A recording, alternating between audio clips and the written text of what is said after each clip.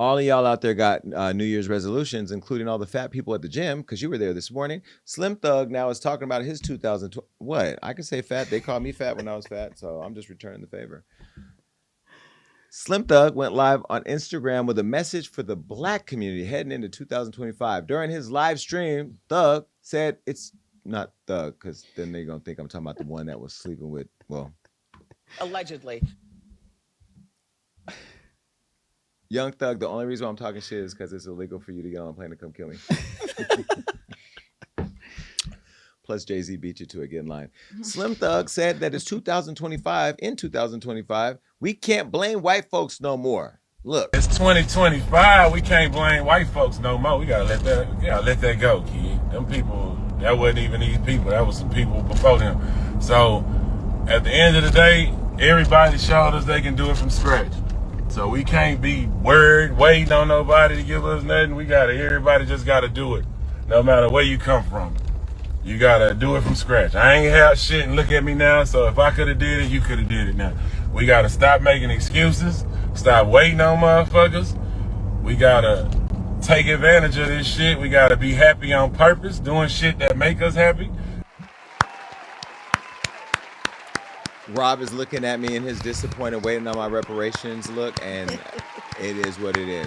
And I'm going to tell you why I agree with you, Slim Thug. Because all my life, I had to fight. And I just want to say it. All my life, people used to always say reparations. I want my 40 acres and a mule. I want this. And look, as a descendant of a slave, I think that we should be into... Did you laugh? I wasn't expecting that transition as a descendant of a slave. Did you laugh at my ancestors? Okay. Rob and I and your boyfriend are descendants of slaves, just so you know. I'm not going to say your people because, you're not the people who did it to us, but, you're kind of related. You said might be. I said her people. They're her people? Yeah. Croatians didn't do it to us. This was Anglo people from America that did it. Well, either way, right? She's a friend of the slave movement. I mean, the anti-slave movement. Let me back up. She's a friend to the progressive give us our reparations movement. Marina is down with the culture. Marina would not be sitting here if she went for the culture, okay? And I'm honestly, let's keep 100. Marina takes a lot of stuff on the chin for some of you white people because she's the only person in the room. Right. But you wear it well. That. Yeah, I'm acknowledging it. You're not the white black person. Thank you. Thank you. You're just you white. It's not giving bad baby. You're very messy though. You're very messy. Very messy. That's why I work here. That's why the content is what it is. Her and Ariella, right? I show up and just say what's on the paper and then throw a little seasoning in it. For real. Well, I've always been told the 40 acres and a mule and wait for somebody to give me something. No, the thing that has made me successful is that I go out and get what I want. If I want it bad enough, I go get it. Now, if it's a man, I can't do that because I don't know where they are either locked up or Krishan has them. So the bottom line is I am a believer that if you want it bad enough, you can go get it. And I will tell you, this has been, although it's been the most successful year financially and in every way. Hollywood Unlocked made more money this year, although we spent a lot reinvesting our own brand and maintaining ownership and all that. There's a lot of brands that have not invested in us because it is really hard when you are a person of color. I even throw gay in there as well. But it is very hard, and people make it hard. And then when you want to call them out, people say, don't call them out because then you won't get it. But you ain't getting it anyway. So this year I'm going to call y'all out.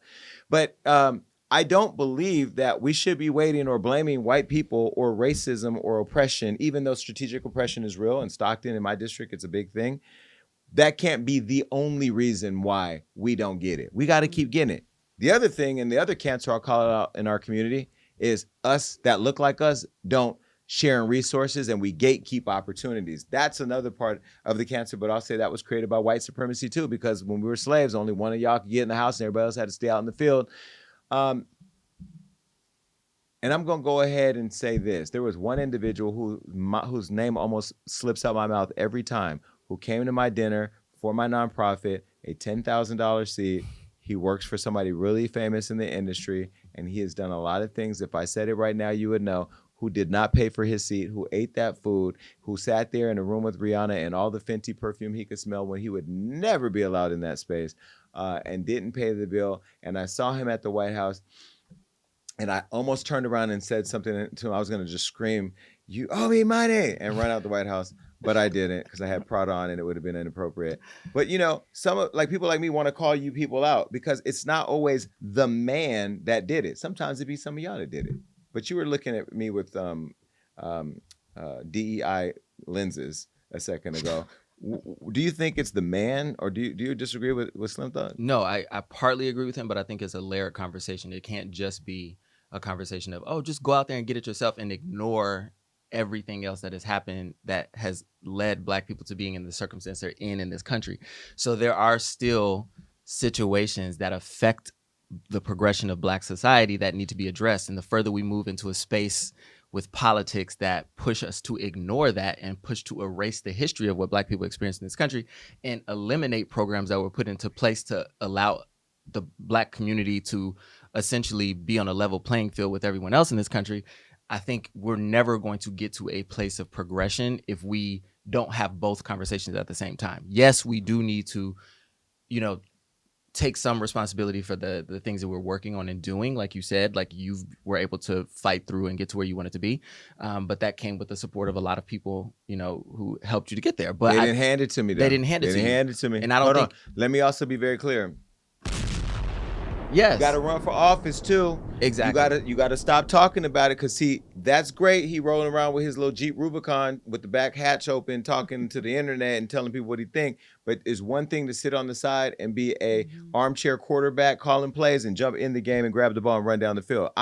Everything about me, and you've known me for years, is about grabbing the ball and running. Whether it's Hollywood Unlocked, Hollywood Cares, running for office, When I believe we don't have a seat at the table, what we do, we build our tables. The award show couldn't get in, we built our own award show. Like, who's doing it? But I'm not no more special than a Slim Thug. These people who enjoy the fruit of their labor and the perks that come with being famous. Chance the Rapper could run for mayor of Chicago and win. Yep. All of these people who have time and resources like me, and more than me, should be doing it, right? And we should be supporting those like me who do it.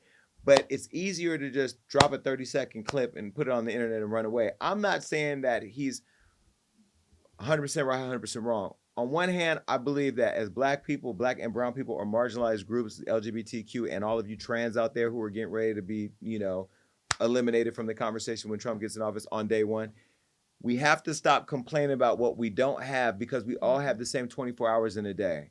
Beyonce can't be the only great one. Rihanna can't be the only great. We all got the same time that they do. So if other people's life produces results more than yours, you have to say, like, how many of those 365 days in that year were you waiting on Superman? You have to apply yourself.